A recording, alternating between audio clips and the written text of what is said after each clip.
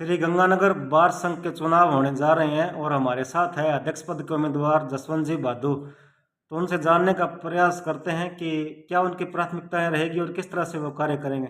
Sir, सबसे पहले तो जिस तरह से वकीलों में विवाद हुआ और बार संघ पे कब्जा करने की कोशिश की गई, तो इसके बारे में आपका क्या कहना है, कहाँ तक उचित है ये घटना अत्यंत ही निंदनीय है, खेदपूर्ण है और इसकी मैं भर्त्सना करता हूँ। वो ना तो हमारी बार के मेंबर थे और उन्होंने आके बार के अंदर जो ये अशोभनीय घटना की, ये खेदपूर्ण है।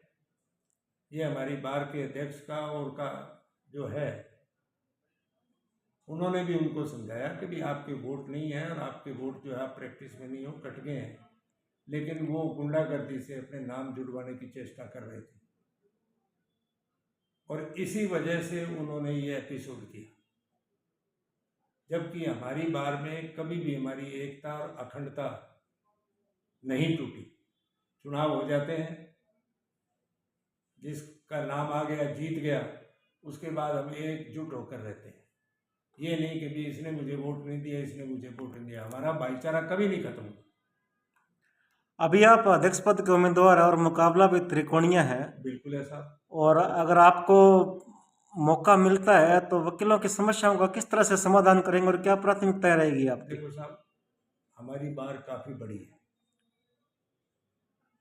और इस बार के अंदर अभी हमारी जो नई बिल्डिंग बन रही है उसमें समय लग सकता है, साल 2 साल का।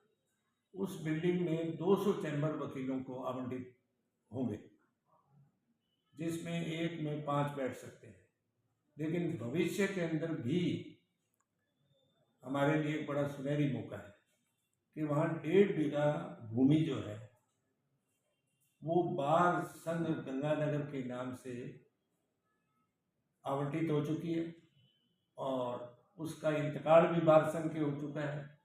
अगर और भी संख्या बढ़ेगी तो वहाँ भी हमारे पास मौका है कि वहाँ अपने चैम्बर बनाए जा सकते हैं, जिसमें किसी भी MP MLA का या किसी और का सहयोग लेके भी बना सकते हैं।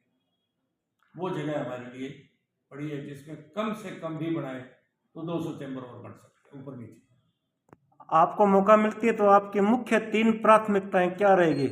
मेरी पहली प्राथमिकता तो ये है कि जो नए अधिवक्ता आते हैं ना, उन बच्चों के पास बैठने की सीट नहीं है, उनके पास अपना स्थान नहीं है। आप देख लीजिए, कलेक्ट्रेट साहब के सामने एक पार्क है, कुर्सी डाल के उसी सर्दी में, उसी गर्मी में, आंधी में, मई में वो बैठते हैं।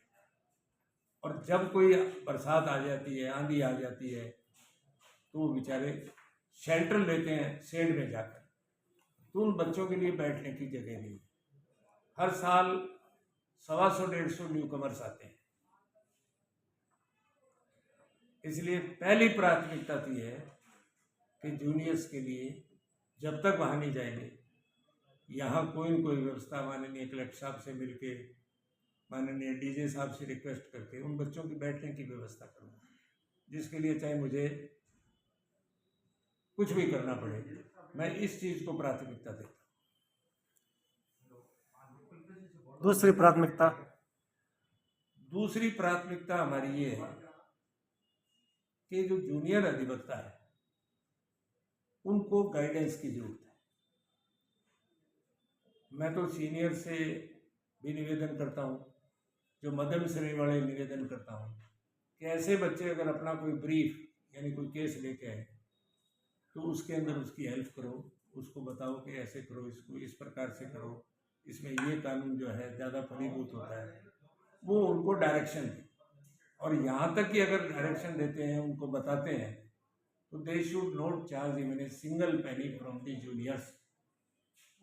क्योंकि ये बच्चे जो है ना, ये हमारी बार का भविष्य है, हमारी बार की नई पौध है और ये नई पौध कभी बटरवर्क्स बनेगी अगर इनको प्रॉपर गाइडेंस होगी, प्रॉपर ये जो है ना पूछताछ करके काम करेंगे, तो ये कहीं भी हमारे से बेहतर वकील कहलाएंगे। तीसरी तीसरी प्राथमिकता सबसे बड़ी बात यह है कि कोशिश कर रहे हैं कि बार के अंदर कोई एक ऐसा फंड बढ़े, चाहे जन सेवक से बढ़े, चाहे हमारे सीनियर अधिवक्ता, अन्य अधिवक्तागण, वो फंड बढ़ जाए तो उस फंड के अंदर कम से कम एक जूनियर को 1 साल की अवधि तक 2000 रुपीज पर मंथ एक एक्स ग्रेसिया राशि मिलती है। देखो मोटरसाइकिल पे वो आता है, चाय भी यहाँ पीता है, क्लाइंट आ गया उसको भी पिलाता है, ये 2000 रुपये तो कुछ नहीं लग जाते हैं, लेकिन उन बच्चों में ये हौसला हो जाए कि बार हमारे साथ है और हमारा प्रोटेक्शन कर रही है। हिम्मत कर। क्या आपको लगता है कि आपको बार संघ मौका देगा? नहीं, ऐसी बात नहीं, हमारी बार में एकता है। और अगर मैं बढ़ता हूँ तो हमारी हाउस में ये बात रखेंगे तो हमारी बात हाउस अवश्य मेरी बात पर गौर करेगा, और हो सकता है कि हाउस ये कह दे कि यस हम सब तैयार हैं, क्योंकि हमारी बार में एकता है। कोई भी बार के खिलाफ कभी भी कोई किसी प्रकार का मामला हुआ तो हम एकजुट एक स्थान पर और एक ही आवाज में इकट्ठे होते हैं। इसलिए मैं नाउम्मीद नहीं हूँ मेरी बात से। यहाँ बहुत अच्छे लोग हैं, बहुत बढ़िया लोग हैं और कोऑपरेटिव भी।